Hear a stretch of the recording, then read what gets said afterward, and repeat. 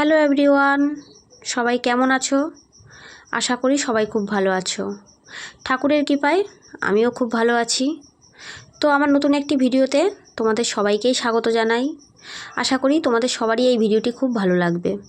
তো আজকে চলে এসেছিলাম একটু ঠাকুরের নাম গান শুনতে, হরিনাম সংকীর্তন অনুষ্ঠানে।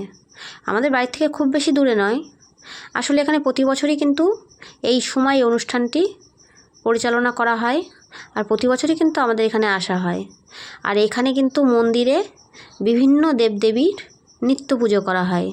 দেখো রয়েছে মা মনসা, মাকে কি সুন্দরভাবে বিভিন্ন অলংকারে সাজানো হয়েছে, দেখলেই কিন্তু দু চোখ জুড়িয়ে যায়। আর রয়েছে জয় জগন্নাথ। ঠাকুরের মহিমা তো আমাদের জীবনে অপার, ঠাকুরের জন্যই তো আমাদের সমস্ত কিছু, প্রভাব প্রতিপত্তি সমস্ত কিছু। ঠাকুর ভগবান আমাদের যেমনভাবে রাখবে আমাদের কিন্তু সেরকমভাবেই থাকতে হবে। আমরা যদি কোনো কিছু পরিকল্পনা করে থাকি, ঠাকুরের পরিকল্পনা ছাড়া বা ঠাকুর না চাইলে সেটা কিন্তু কোনো মতেই সম্ভব নয়। হ্যাঁ, চেষ্টা তো অবশ্যই চালিয়ে যেতে হবে। তো যাই হোক, এদিকে কিন্তু হরিনাম সংকীর্তন হচ্ছিল।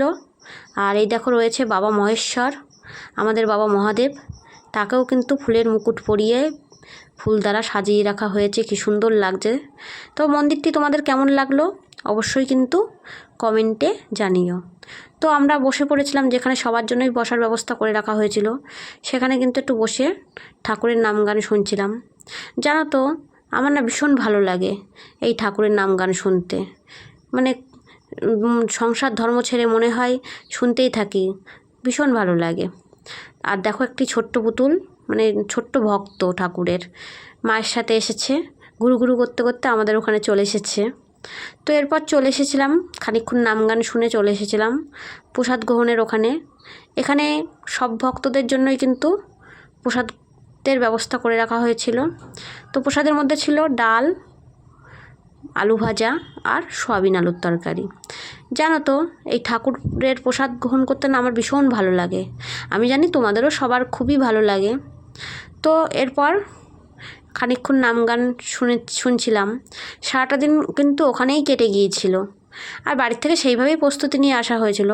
আমার না ভীষণ ভালো লাগে, আমি না মাঝে মধ্যে এরকম বিভিন্ন হরিনামের সংকীর্তন অনুষ্ঠানে চলে যাই, সারাদিন ওখানেই কাটিয়ে দিই, খুব ভালো লাগে, একটু অন্যরকম অনুভূতি।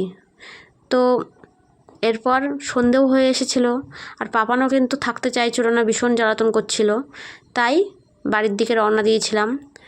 তো এখানে দুটো ছোট ছোট দোকান বসেছিল, সেখান দিয়েই বাড়ির জন্য একটু জিলিপি সবার, আর পাপানের জন্য একটু খেলনা, আর মেয়ের পছন্দের একটা জিনিস নিয়ে বাড়ি চলে এসেছিলাম। তো ভিডিওটি কেমন লাগলো জানিও, আর ঠাকুর তোমাদের সবাইকে খুব ভালো